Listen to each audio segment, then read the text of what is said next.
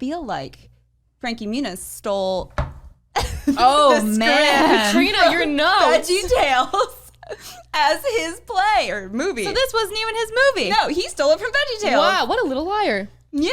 Damn. Heard it here first. What am I say? A big fat liar. Yeah.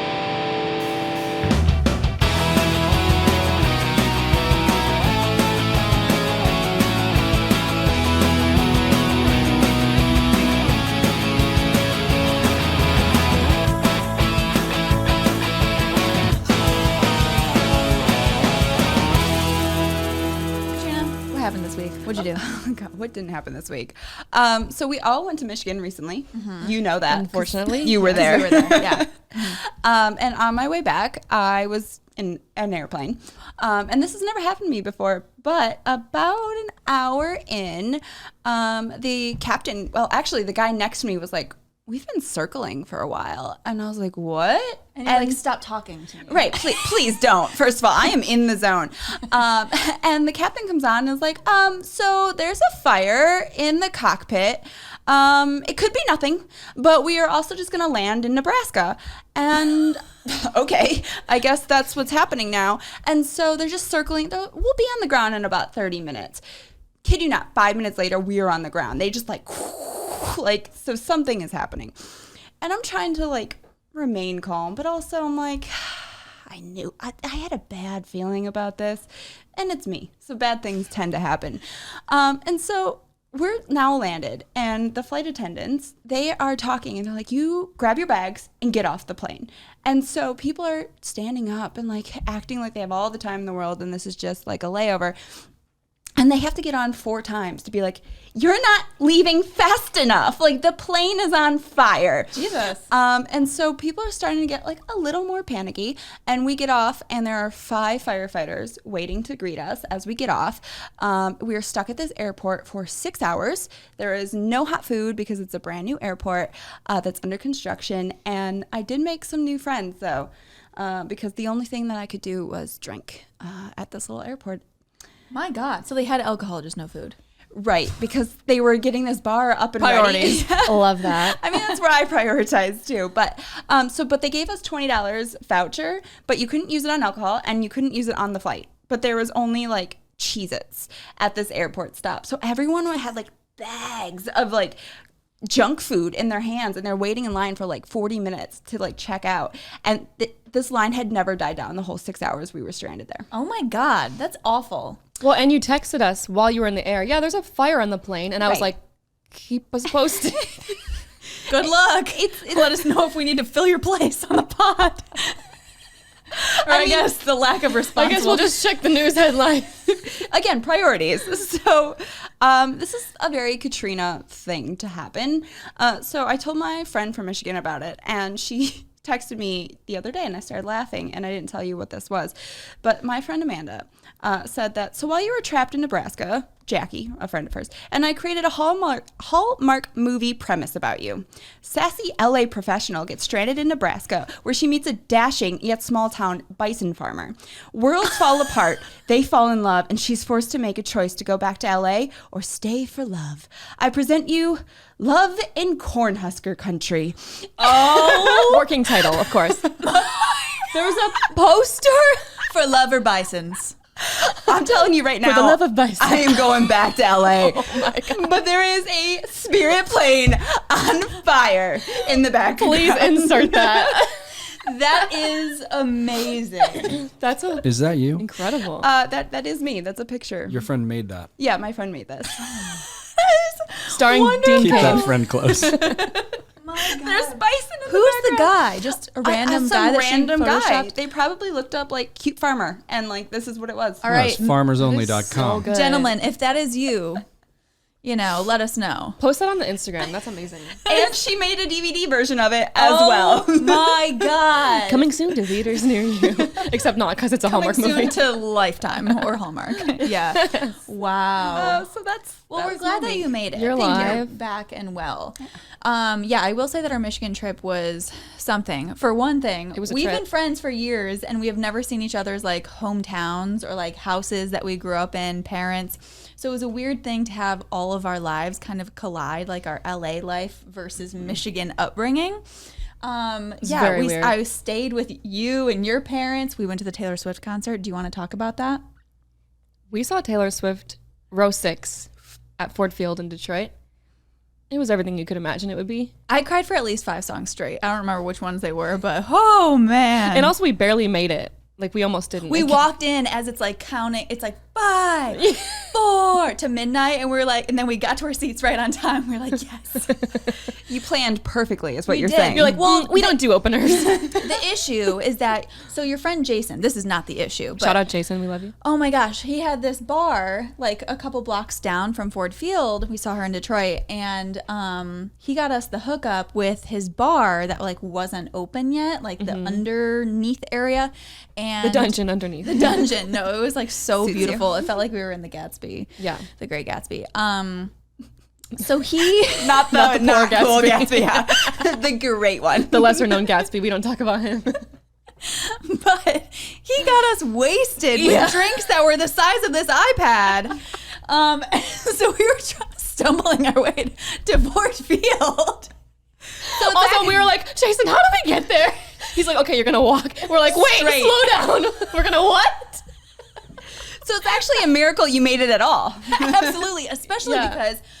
because we got to Ford Field and you know we got in, we had our tickets, we got our like one wristband, and then we went all the way around the stadium got to the floor to our seats, and they're like, oh yeah, we can't let you out onto the floor without the floor wristband, and we were like, well, where do we get that? And They're like, go ahead, walk 10,000 steps back that way. You just came and do it all over again. we were so drunk that we could not comprehend. We're like, what? I was like, sir, do you see the ticket? It says floor. And he's like, you need a wristband. I'm like, I'm looking at a wristband. What do you mean? It was a woman, but yeah. Okay, well, I don't remember. Molly was very drunk at this point. I was not that drunk. I was. Goddamn. Yeah, because after the The show, tears throughout the we did concert. karaoke after the show to beat the crowd, and you, for like 3 separate occasions, you were like, can I hug you? Just going full on Chessie from Parent Trap. And Molly's like, I guess if you have to. You're like, please, not again. I was like, yeah, can it be a side hug this time? Yeah, but that was wonderful. And then we spent a day at your parents', well, we saw your house and then your parents' lake house. We were supposed to have like a fun lake day. Supposed to. As Michiganders do. We were in the gonna like summer. jet ski and boat. Pontoon. And it rained. Didn't stop The raining. whole time. Not The for entire 1 minute. time. So we did still have fun. We drank, we played games, but we had pretty much anything we could have done in LA. We did in Michigan. We just traveled Charades. 2,000 miles away to do it. Speaking of which, we did make a little office format documentary. Did you make it? It's in the works. Yeah. Mockumentary. Mockumentary. So that will be on our Patreon once that is up and running. With like So, talking heads and everything, Yeah. confessionals, Just a little exclusive drama content. behind the scenes. Yeah, it was It's great. great. It's something. It is something to see. Yeah. And then And I gotta say, my Michigan accent literally came back after 3 days, and I've been like self-correcting it because I heard myself being like, "Oh yeah, like my accent." I was like, "Oh, get it out of my mouth." yeah. That's why we don't go back. Among other reasons. Yeah. So that was our Michigan trip. What else happened? I started doing stand-up since we last left you. Oh yeah. Yeah. She's been killing it too, by the way. Tell Thank you. them about your most recent show. My most recent show, I just did the Comedy Store. Thanks for coming, by the way. We were still in Michigan. No, I'm just kidding. It went great. It was really fun. You've done Flappers, the Comedy Store, The Federal. the Federal. But you know what? I had a really, really good show for my second show ever at the Federal. And it's kind of like, you know how like they say your first cocaine high you can never recreate? That's kind of what I've been chasing. They do say that. Oh, Every interesting. show after that has been like, not quite as good. Damn. Not as good as that first bump. compared to you the know? Flappers one. No, the Federal. Oh. Yeah, her breakout role. Got it. But no, it was good. It was great. Had a cigar What with Jason else? afterwards. That was kind of the highlight, to be honest. Different Jason. A lot of Jasons. A lot of Jasons. rattling around. Speaking of which, there's a Jason in our movie that we're talking about today. But before we get to that, we just have to talk about. Well, first of all, my hair looks like trash today because I was just doing some self tapes.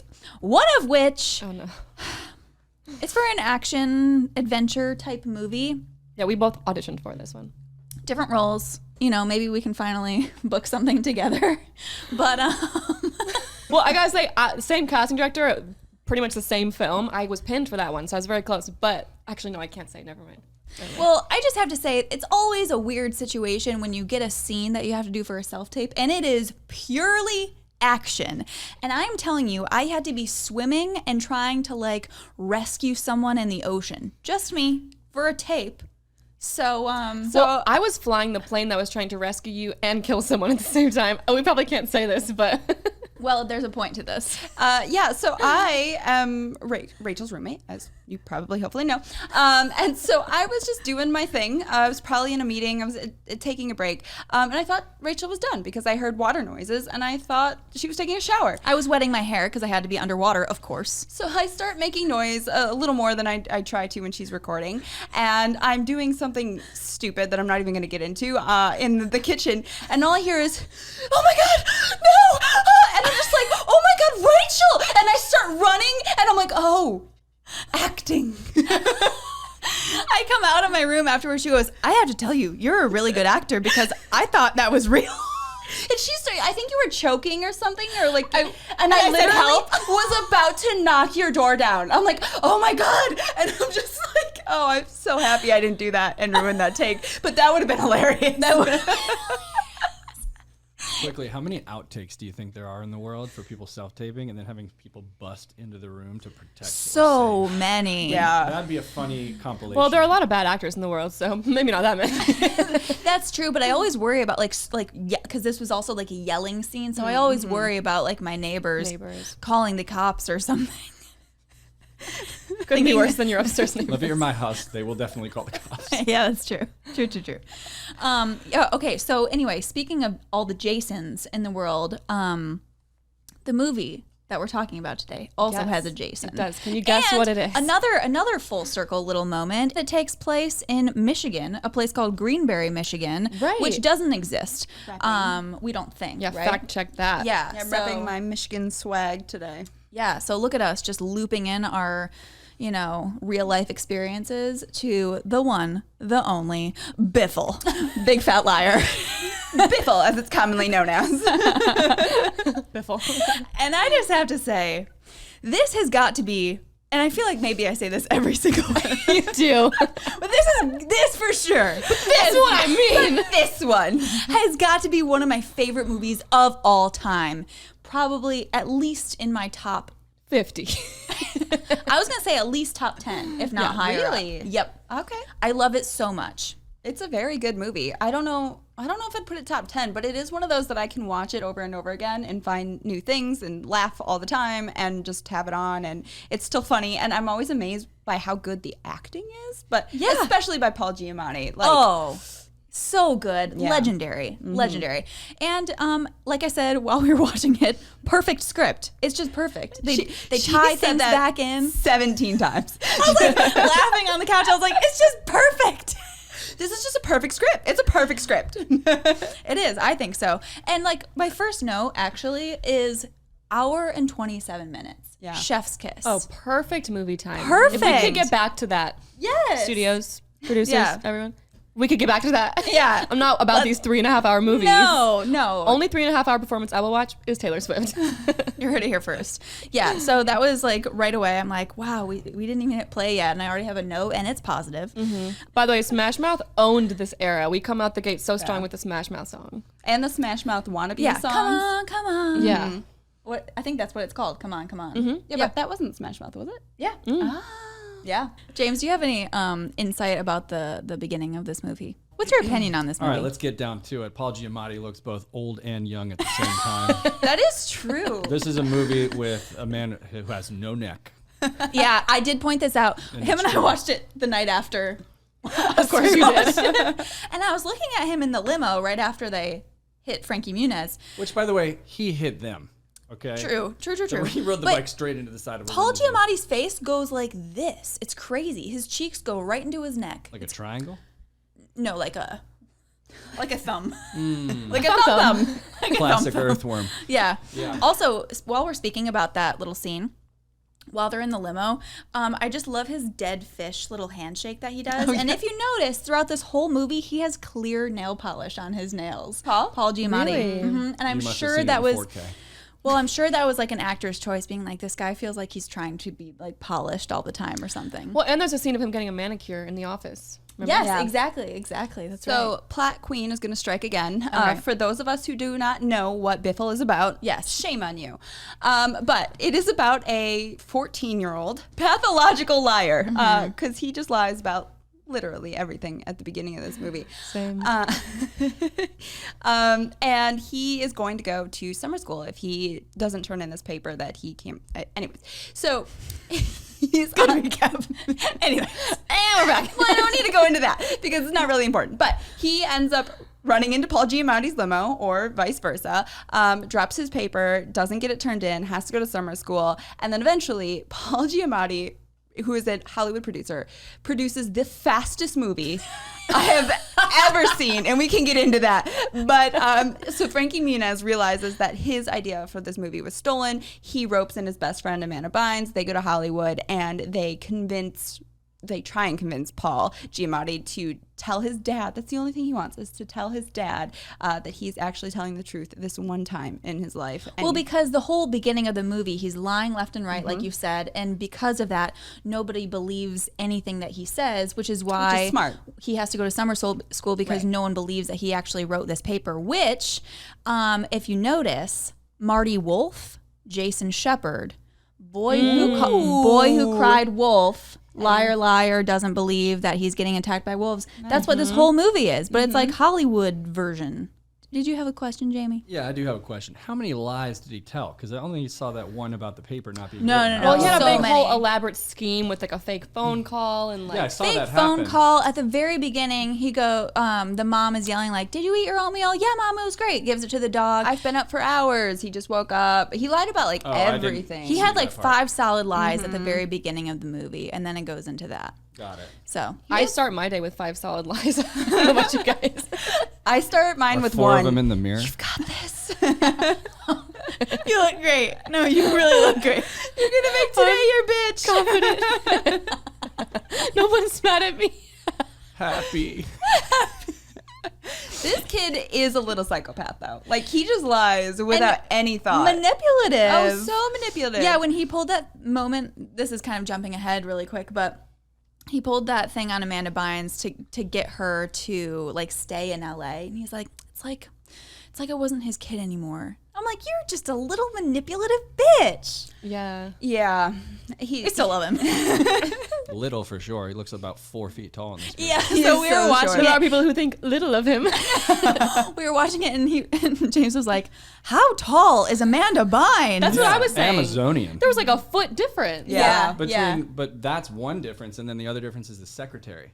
At Marty Wolf Which Pictures. is insane. That's Yeah. another full foot. Yeah. Was Amanda taller than her? Amanda's Way a foot taller. Yeah. Yep. The Wow. Marty Wolf Pictures. Oh, yeah. So what I like, he's there writing this paper, and he has to write it by hand. And one of the things that is so dumb of me to even comment on, but I just saw it, and that's who I am as a person, and now I have to comment on it. He writes untitled in pen, and then crosses. Like, you know, you're gonna have to cross that out. Like, why would you write that in pen? I know. It was for effect. I know, and I said it was dumb, but I had to say it. And I was thinking, oh, damn, he has to write a 1,000 word essay.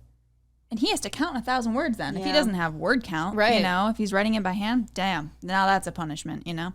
But yeah, back to what you were saying about the fastest movie to ever be produced, because that's the scene. And then next scene is like them going to the movie theater. I think they say some comment about like, well, he's in summer school now. Right. So you know that like a little bit of time has passed, maybe a couple weeks. months, Yeah. maybe, at most a month, some weeks, but Yeah. not enough to get a so to get it greenlit, to get it a trailer Cast. concepted, and then to get something shot, edited, and distributed to movie theaters for a trailer. Not to mention financing. That's like yeah. the longest. Yeah, it's so crazy. I was like, wow, now that's some movie magic. And they had a teaser trailer a year before the movie was even coming out, so they were investing so much money before they ever would have. Right, exactly. They were still in the process of shooting the movie, yet they had a trailer for it. Yeah. Also, another weird thing that's kind of a loophole is that like Paul Giamatti's character, Marty Wolf, who's supposed to be a producer, is more, his role throughout the movie is more like a director. Like, it doesn't matter if you're on set as a producer. I mean, it does, but not really. At that point, all your work is pretty much done. Yeah, especially a producer at his level. Like, he's not a line producer. He is an executive producer on this. And okay, he's an hour late to set. Nobody cares. Right, right. They can start shooting. It's fine. Yes. Yeah. But when he introduced himself to Frankie Muniz at the beginning, he's like, Marty Wolf, big Hollywood producer. Like, Yeah. this 12-year-old kid, 14, is not going to care that you're a Hollywood producer. No one's going to know your face. Like, people barely know directors nowadays. Right. Exactly. I know. That's kind of a funny little thing throughout the whole movie. It's like, well, producers don't really do that. He just loves himself so much. Yeah. Yeah. Yeah. But did he also completely can the movie he was already working on at that moment with the chicken and Urkel? Oh, no, it was almost done. Oh, was it? Yeah, because they went to the premiere at it. Oh, yeah. They did. They later went to the premiere for that. Oof. So, quick turnaround with these movies here. You know what? He's worth hiring for that kind of speed. That's true. That's true. That's the only reason people hire him. This movie also features a young Taran Killam with frosted tips, which I loved. Is that the bully? Yeah. Yes. Oh my God. I love him and the grandma so much. So good. And I love that moment where Amanda Bynes' Kaylee is tutoring him, and he's like, I bet you wish you had your skateboard, Sheppard. And he's like, let me see. Fully developed brain, skateboard. I think I'll take the brain. And then the guy's like, but I have your skateboard. Classic. It's back to that like stupid comedy. But also contrast that with the incredible score that this movie had. Like, you thought you were watching Jurassic Park or something with the scoring on this. I was like, Hans Zimmer, is that you? Yeah. Was it? Do you know? Oh, I don't No, think it so. wasn't. I don't think so. I was joking. Definitely not. There was even a point during a phone call, I don't remember which. Oh, during the fake phone call at the very beginning, it sounded similar to the National Treasure score. I was like, this is good scoring. Yes, I know. It really makes you feel things. A little biased, but Yeah, I know. Throughout the whole thing, it's pretty epic. yeah. So one of my favorite pieces of like moving the plot along of this movie is that the parents are like, you really lost my trust and we just don't have really any faith in you. You have to like earn it back. Peace, we're leaving you for a long weekend. I hope you don't do anything bad. And like just leave this child alone who you don't trust and who is 14. And yes, his sister is supposed to be like babysitting him, but she's also what, like 17? Right. And they're just like, okay, bye. And then are shocked when he does something that's in his character. So like it's just kind of like, that's on you, parents. Yeah, what have you been doing? Also, I love how they were like so mad at him for lying and all that stuff at the summer school, but they had no concern about him riding alone in a limo with a strange man. There was no comment on that. They were like, and you lied about it? Like, it could have gotten kidnapped, but right. like, you didn't write your paper. Also got in a limo with a strange man. Priorities, you know? I don't know. Did they believe that at all, do you think? Which part? That he even got in that limo? Probably not. Probably didn't even believe it happened. Maybe. Maybe not But then until what they about get there at bike? the end. The bike's broken. Yeah. Yeah, good point. Unexplainable. Right. Yeah. Okay, so jump 2, they've like gotten on the plane and they get to LA, and I just really love that whole like welcome to Los Angeles montage. I think it's so like early 2000s goodness. Oh, and the music they had over that airport scene with like the wick, like, it was so 2000s. Yeah. And Donald Faison, is that how you say his last name? He's the limo driver who's in Scrubs. Don't look at me, I don't know. Okay, well, I think that's how you pronounce his name. And He's I'm great. Sorry if I pronounced your name wrong. God, he's great too. He's so charming. Yeah. So they this is a funny thing also throughout this movie. So they get to Universal, okay? And it's just like they walk on to like the theme park, then they go onto the tram ride, which is for everyone. Mm-hmm. Anyone can go onto the tram ride that takes them through the lot. Now, on that tram ride, when you take it, you don't go around any hot sets, meaning you don't go around anything that's actually filming. So you can see the props and, you know, the different sets, but you don't see anything filming yet. They just hop off the tram, easy peasy. They pull a Spielberg. Yes. Sneak on. Yes. And they look like they are filming at least 50 movies at once. Everything. Because they have astronauts, they have elephants, they have dancers, they have a giraffe. Roman warriors. Gorilla suits. Yeah. Yeah, really bizarre things left and right. Kung fu fighters. There's literally every genre and movie is and ever they're all filmed. practicing.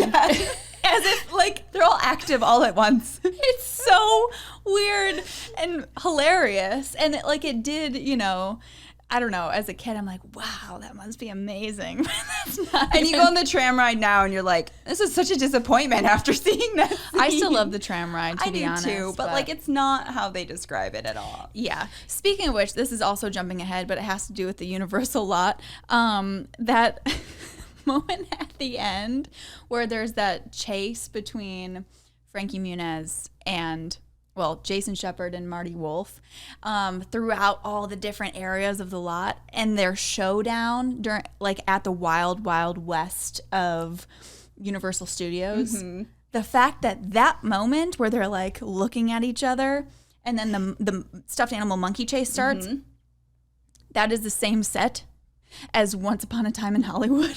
Hells yeah. That is hilarious to me. So Quentin Tarantino's walking down that set being like, I think the Biffle set is where I want to film this scene. Yeah. And Lady Gaga also did that with her Judas music video with all the water. She was like, that scene in Big Fat Liar? I really want to experience that. That's what I want. I hope that was the inspiration for Quentin, though. I hope he's watching this one day and was just like, fuck yeah. Yeah. I want to experience that. I also loved how there was all this commotion and 50 movies shooting at once, but not a single person in the wardrobe set costume room. No crew. Once. No crew. No one in Only there. talent.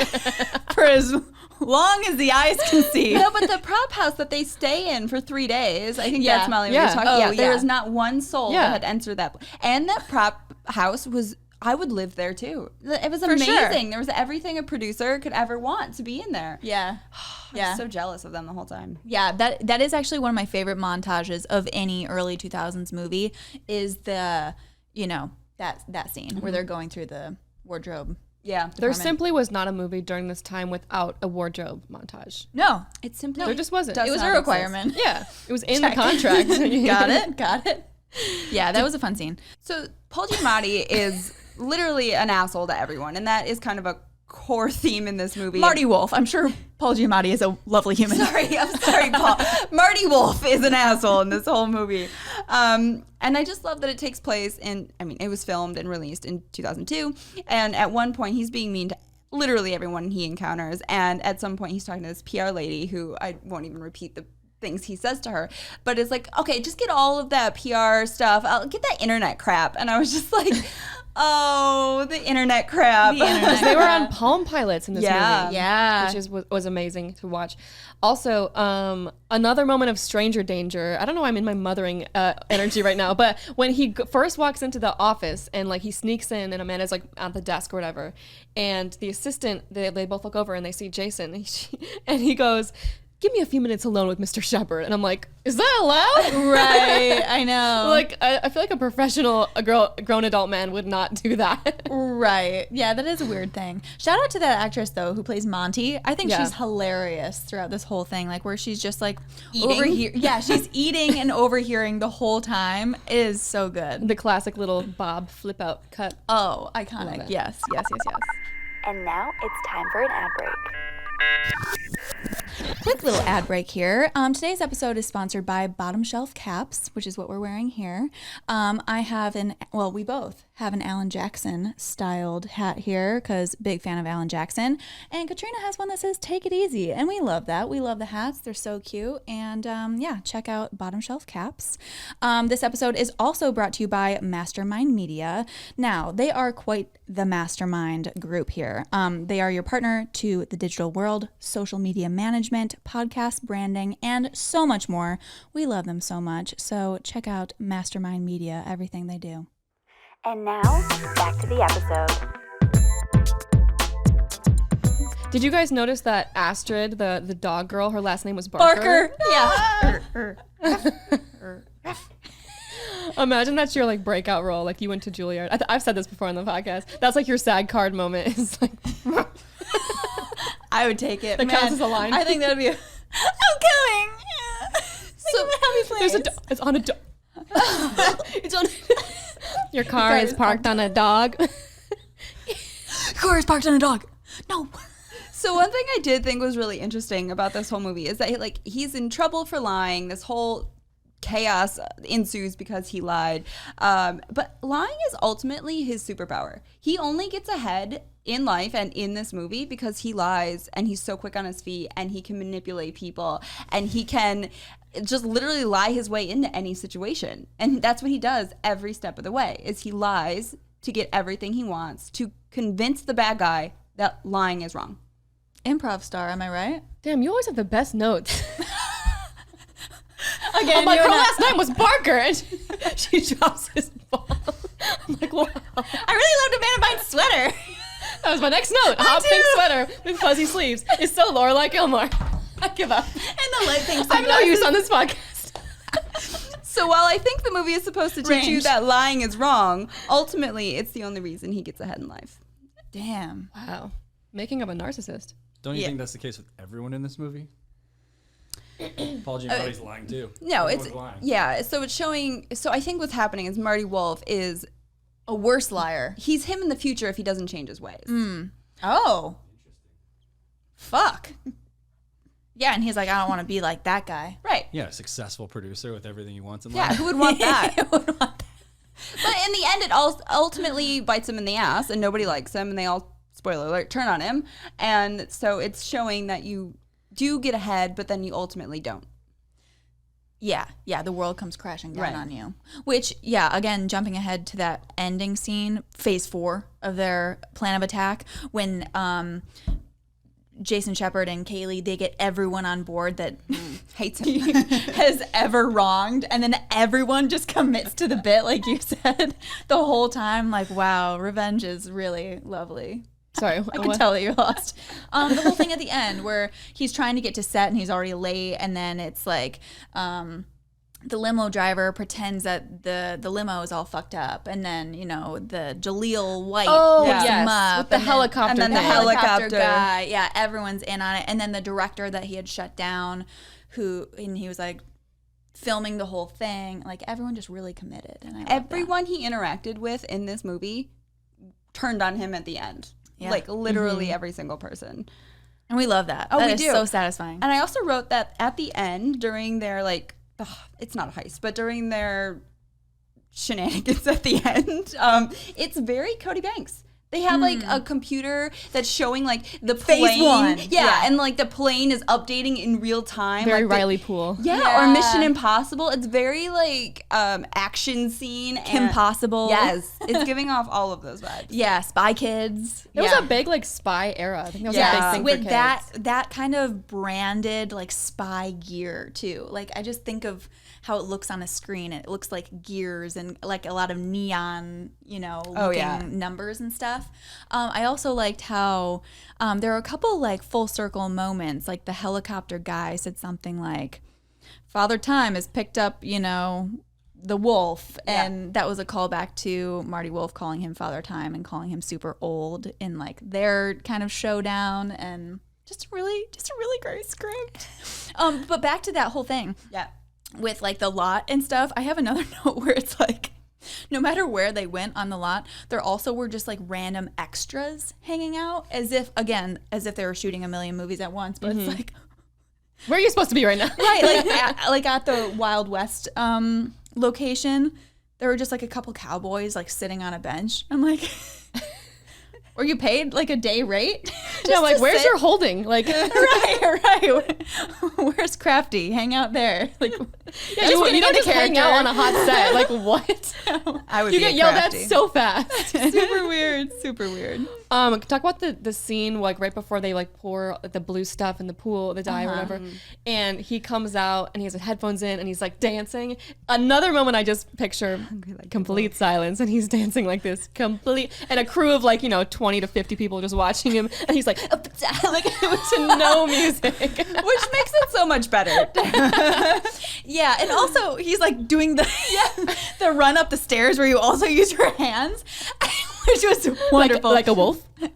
Oh, I just put that you know together. what? I actually did have a note about that. How I was wondering how much like this is about to sound nerdy, how much like animal work he did though as an actor to prepare for this role, because like even when they Zip, zap, zap. red leather, yellow leather.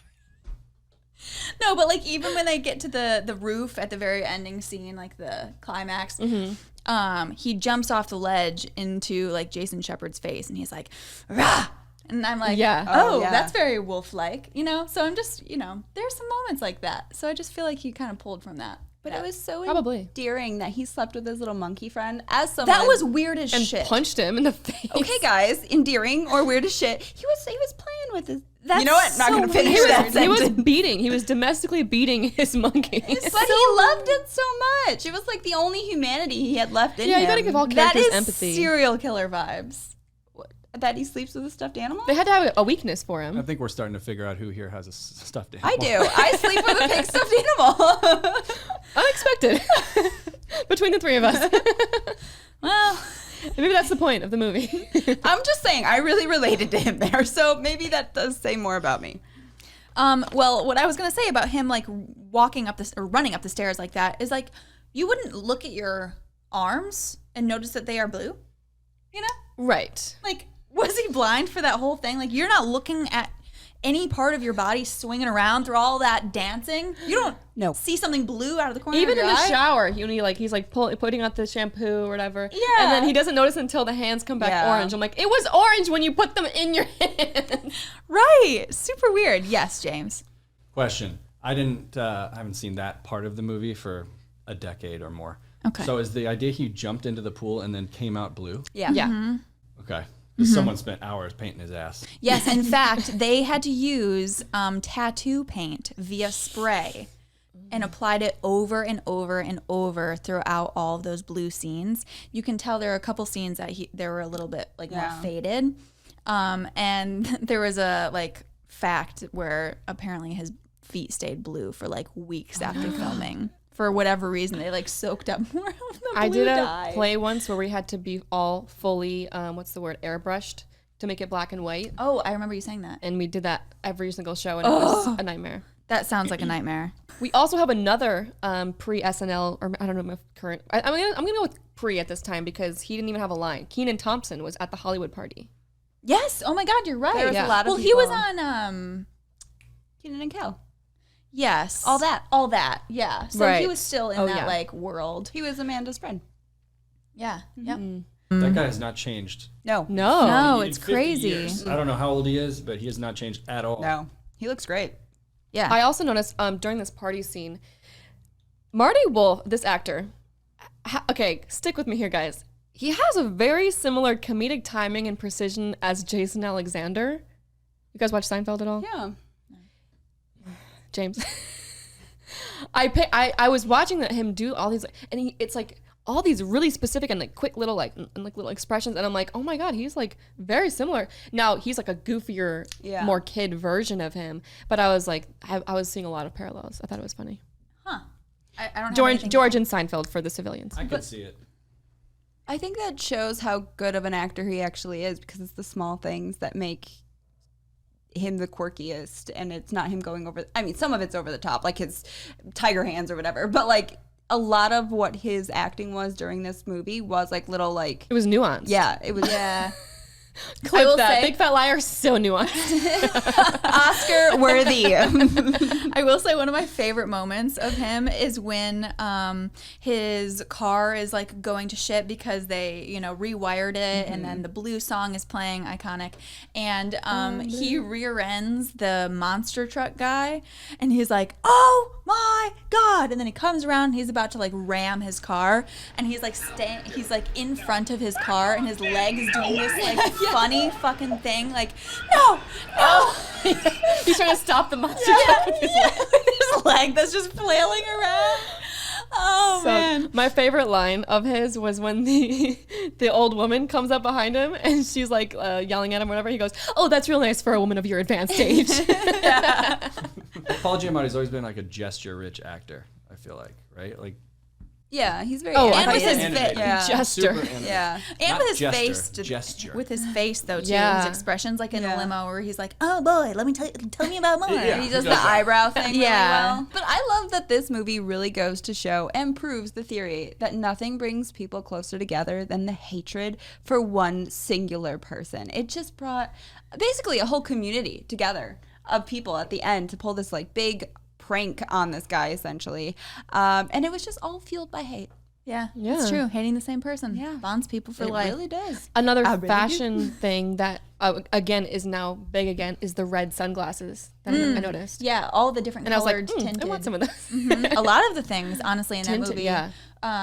Yeah, like a lot of Amanda Bynes' wardrobe. I was like, cool. Oh yeah, I love hot that. pink cardigan, floor length with fuzzy sleeves. Yeah, It's like, I was like, want I want that so bad. would wear. We haven't really talked about her yet on Right. this episode, but she is so great in this movie. Oh She my really gosh. very comedic. Yeah. And even her like monologue at the end, it's not a monologue, but like, I want you to like ruin him. And she just goes into this like really intense performance. Turn him into mincemeat. And I don't even know what mincemeat is. I want him to scream, "Mommy, mommy, mom!" Do you read me, people? Because I don't think you read me. For I don't know how old she was, but she was so sharp with her comedic She was timing. 14. Yeah, That she is crazy. Yeah. Also, yeah. she had the Rachel cut. Did you guys notice? Yeah. Oh, I was like, Oh, sorry, not you. Not you. The other Rachel? yeah. I didn't really love it on her, to be honest. But, you know, it's Because because she was she looks 14. No one has any good hair at 14. That's true, but she looks so good in What a Girl Wants that I was Yeah. like, Well, but she was like what, a teenager then, or like older? I think she was only like 2 years older. Really? Yeah. Oh my god, Yeah. she's always been great. That was right. That was Like, very soon after. I think that was the next thing that she I think did. it was. I think that Think was of- 2003. To be fair, she was a child actor, but I think of my acting skills at 16 or 14. I was like, ugh. Yeah. No. Well, and this was her first film after like, you know, doing the Amanda show and stuff, which was all like sketch and Right. silly. So it's like this was the first time that she could commit to like That's still leading her own show though. That's a lot of. Yeah. for sure. She was 17. 17 when? What a girl wants. Yeah, okay. Okay. So 3 years later. Ish. Thanks, Jamie. Oh, sorry. I thought you said she's the man. That's what I heard. No. Was that one after? What? Was that one after? What a She's the Girl Man Wants? was way later because then What a Girl Wants. She was 20 and She definitely looks younger in What a Girl Wants. she was 20 and can cut all of this. She's the man. Okay, that makes sense. Yeah. That makes sense. So, do we have any like fun facts? Because I do. I have two last things on the actual. So the last thing that I guess that I'm going to say about the actual movie is at the very end. So when he is kind of getting Monty is kind of getting disgraced, and he's confessing that he actually did steal this paper, and everyone overhears it. But right before that, the head of the studio was like, "If he's not here in 60 seconds, I'm pulling the plug on this multi-million-dollar movie." The hell you are. Like he's already invested so much money. He has all those actors and crew paid for. They're on this set. There was absolutely no threat that movie was going anywhere because that producer was an hour late to set. And I was just like, so unrealistic. Yeah. A quick moment too, when he has that little scene with Jaleel White and the chicken. It was just a funny scene to me when he's like, I don't know what my motivation is. And he was like, here's your motivation. You're a new cop. And then he goes on about the chicken. It's like, and that's what actors go through, just trying to justify like why they're supposed to feel the way they are supposed to feel in the scene. Oh man. Is that when he said, I'm not getting anything from the chicken? Yeah. Not giving me anything. Yeah. I was curious what the budget was for this and how it did at the box office. I didn't look it up, but I figured one of you guys did. Oh, I didn't actually. Oh, that's okay. Also, while you guys looking that up, the grandma's house in the beginning looked stunningly similar to the Gilmore Girls, Lorelai and Rory's house. So I looked up to see if it was the same. It was not, alas. Wasn't on the Warner Brothers lot. But it looked so similar, and I was really excited for a second. Big fat liar, 15 million. That was the budget? Okay. I wonder how much it grossed. Which is actually pretty cheap, I feel like. Yeah. Yeah, domestically it grossed 48. Not very good internationally. Worldwide it grossed 52 million, 53 almost. All right. Profitable. And this was when Frankie Muniz was like probably huge because Malcolm in the Middle, right? Yep. But it also debuted during the Salt Lake Olympics, so not great timing for a box Damn, office why would they do opening. that? I don't know. Personally, if it was me, I wouldn't have done that. No. Oh, my last note is the actor who plays Mr. O'Connell in Princess Diaries is in this movie. Throughout the whole thing, doesn't have one line, so Lots to remember there. Yeah. I do have kind of a bomb to drop, though. Do you remember? You both watched VeggieTales, right? Yeah. Do you? Okay. Do you remember the VeggieTales episode with the big fib where he keeps lying and that pea or whatever keeps growing larger and larger? Yeah. That was 97. That's the premise of the movie that Frankie Muniz comes up with. Because he tells a lie and he gets bigger and bigger and bigger and bigger. I feel like Frankie Muniz stole Oh, man. Katrina, your notes. VeggieTales as his play or movie. So this wasn't even his movie. No, he stole it from VeggieTales. Wow, what a little liar. Yeah. Damn. Heard it here first. One might say a big fat liar. Yeah. It was A VeggieTales. little tiny dweeby liar. And The Fib from Outer Space, I believe, is the title of that one. 1997. Yes, I remember. Wow. I remember the rumor weed Yes. very specifically. 5 years Also, before this movie came out. I don't know why, but I barely remember this movie at all, and I know I loved it as a child. The only thing I remember was the blue dye pool scene and like the orange hair. Oh, That's all I remember. Speaking of that, a little weird thing is, why didn't it dye his bathing suit blue?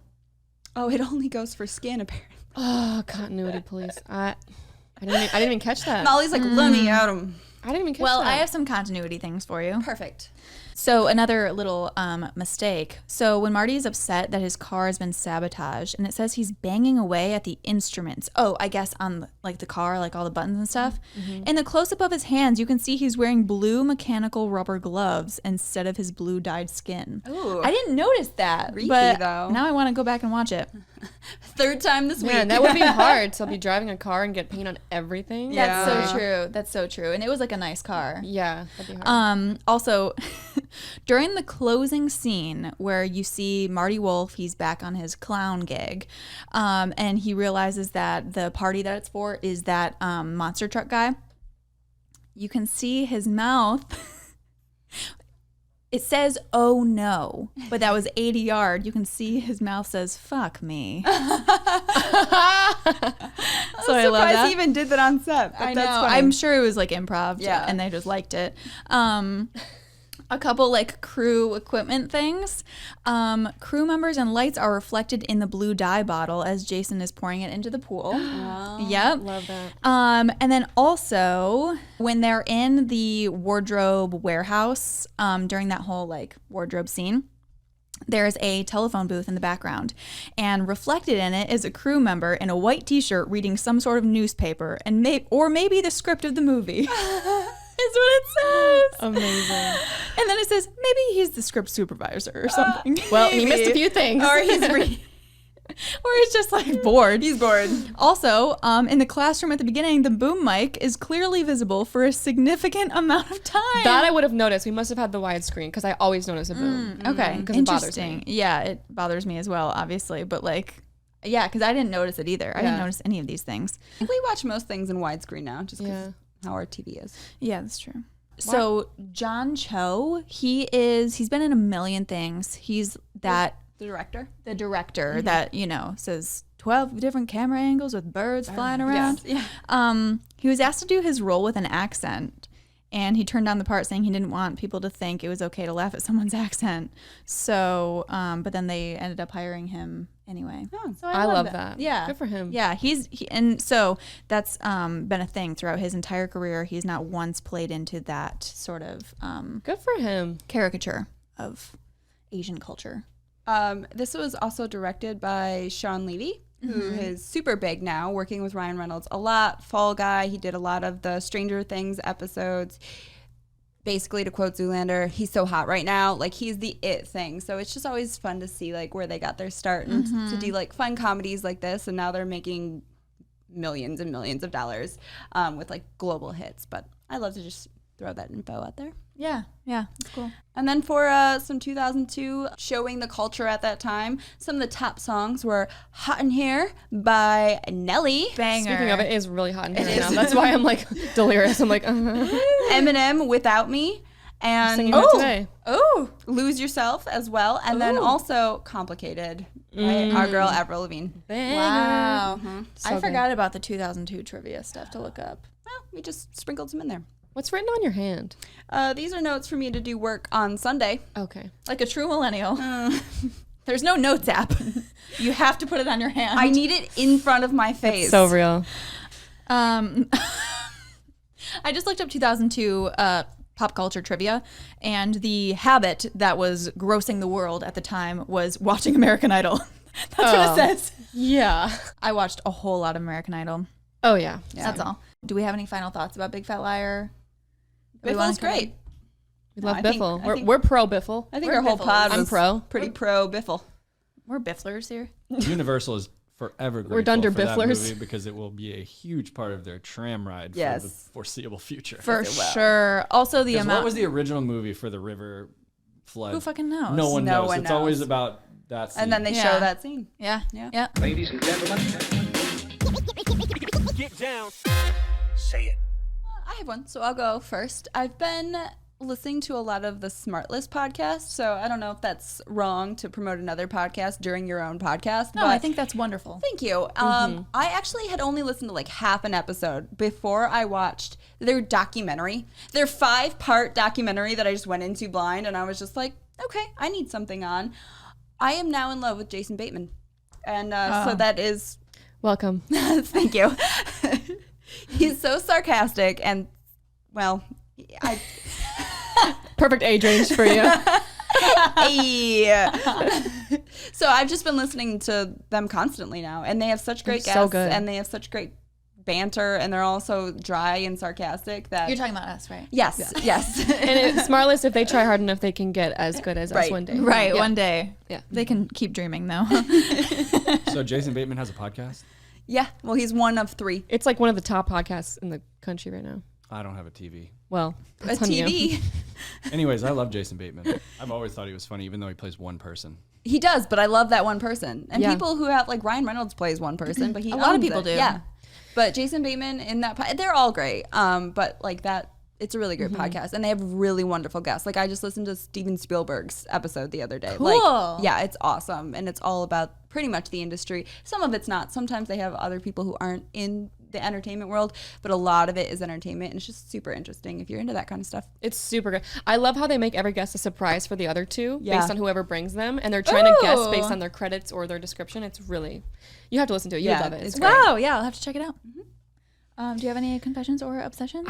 Well, ever since we went to that Matchbox 20 concert, a month ago, obsessed with Matchbox 20, like every day listening. I can't get enough. Like, don't get me wrong, I can't get enough. And I've like, it's evolved to the point of like, I have to learn every song on guitar. I have to make up a mashup on the guitar, and I have to sing it. And it's just that it's one been that you too posted much. was wonderful. Yeah, it was. Oh, thank you. Yeah. And was that concert only a month ago? Because it feels like a year ago. I forgot we even went to that. Yeah. It feels like We so were on a long. Matchbox 20 kick for a really long time there, Well, I too. love Matchbox. Oh, I'm So always on them. Good. Yeah, Yeah, they're awesome. There's Good. something They're that it amazing. hits you at a particular place in your heart. Yeah. Yeah, his voice different. especially. It's Yeah. just Rob Thomas. Great voice. Yeah. 100%. But their show, odd set list. Odd set list, but their bangers did deliver. Yeah. Yeah. And they yeah. have some good new ones too. So Yes. Oh, that's controversial. I don't know. Okay, James, pipe down with the controversy. how about you, Rach? I don't. Okay, yeah. Okay, so my obsession lately has just been Whole Foods soups. So many different kinds. Tortellini soup, great. Lemon chicken artichoke, great. Nana's chicken noodle soup, great. I could go on, but that paired with some French bread. I would like to say that when I met you, you reignited my love for soup. You were like the Chef Boyardee of soup spokesman, and I have new appreciation for it, and I gotta thank you for that. I think James is too. I think I tend to bring that out in people. The soup love. Yeah. Yeah. Yeah. I was unaware of like the level of comfort food that it really is. It is. It's healthy comfort food. Well, Soup Love was the original name for Group Love. That was their working title. Soup Love. I wonder if we could have bowling for soup on here. Oh, can we please get them? With soup. Thanks, guys, so much for listening. Go ahead and follow us on Instagram at Millennial Drama Queen Pod, and please rate and subscribe wherever you're listening. This podcast is brought to you by Mastermynd Media.